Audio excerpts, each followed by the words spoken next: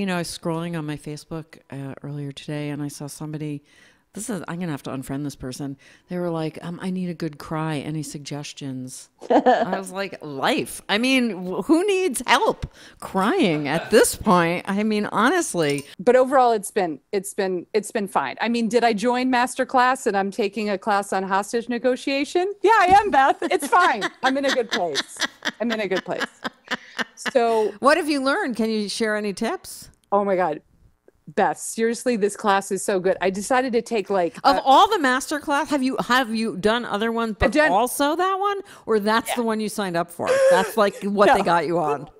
Well, I decided that in between my job and unemployment, I'm going to learn. I want to learn like as much as possible, right? Because I go and I go and I go and I never stop. And I was like, okay, I'm going to learn. So I was like, I'm going to do master class. So I decided, because I still am unemployed, I was like, all right, I'm going to do all the creative writing classes, but in between, I'm going to take something totally random. So I did like the Shonda Rhimes TV one, totally awesome. I feel like we should be best friends. She'll never meet me.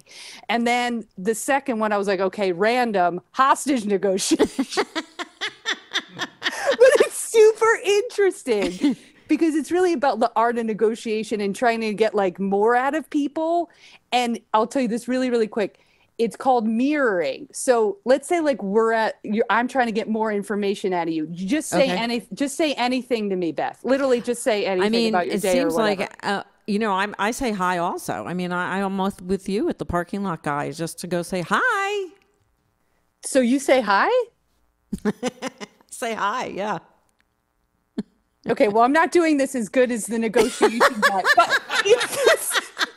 But one of the things I read, and maybe you read this, was that if you go to the market or the laundromat, that you should leave your shoes outside when you come home because you could track in COVID. Yeah, were your shoes stolen also? That's a thing that happened to me. Like 6 hours into the pandemic. This is true. I flew out to LA. I was doing a show with Netflix, and they're like, "We're gonna put you in a hotel," and I was like, "Great." And A stand-up like, "Hey, we special can't." or another show? Just Like another show. Okay. But I was gonna be out there for 3 months, and they were like, "We're gonna put you up," and my lease ended at the same time, so I put everything in storage. And then the show started production on March 4th.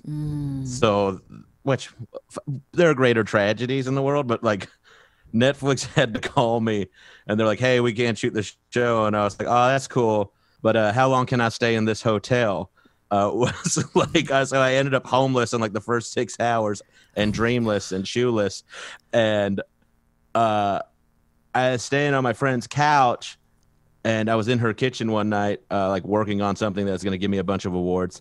And it was like in the first 5 days. So everybody's anxiety levels were through the fucking roof. I guess they still are, but even worse.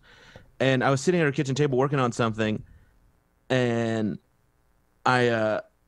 she was in front of me baking in the kitchen and whipping cream. And we heard a window break. We heard her window break.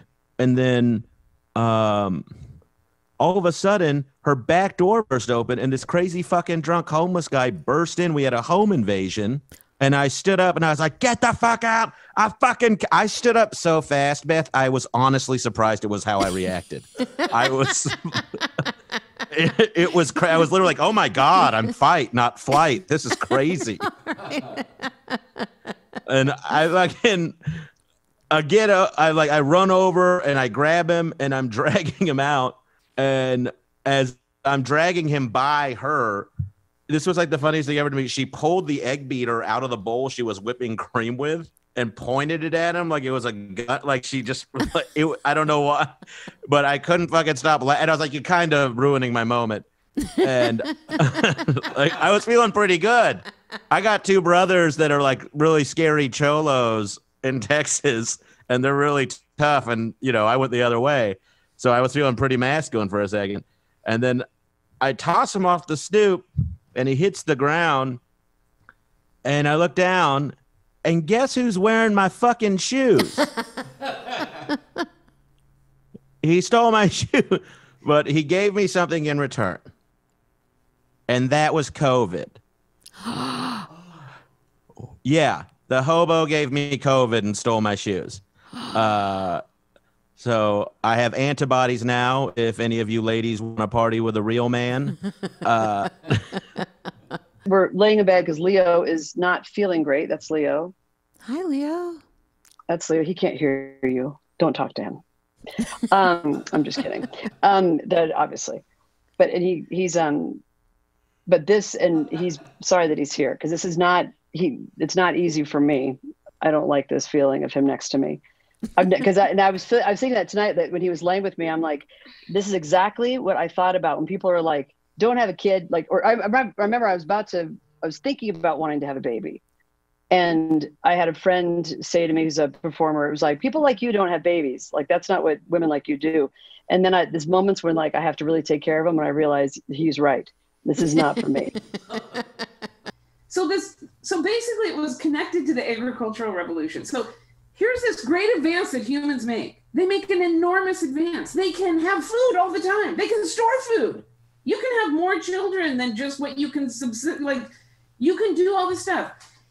It must have felt so magical and so fantastic to suddenly not be worried about your next meal every fucking minute. Right. And then what did they spend it on? Let's make women stay inside the tent and wear a sack all day. I want to say one thing about JFK, which is that I've seen the tape of Marilyn Monroe singing happy birthday to him. Like, I thought it was an urban legend. There's video. You can like find this video of Marilyn Monroe, and it is the sexiest thing I've ever seen in my entire life. Like, I never bought how sexy it is.